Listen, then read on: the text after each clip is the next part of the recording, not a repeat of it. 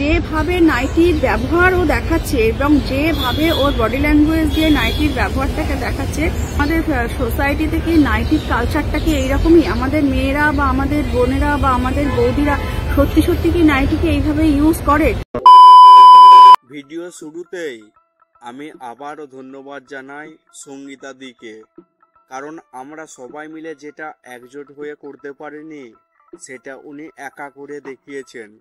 Sandy সাহার মতন একজন সমাজের নোংরা কিট, যার বাজারে কোনো ভ্যালু নেই, আপনি তার বিরুদ্ধে আইনি ব্যবস্থা নিয়েছেন, একদম ঠিক করেছেন।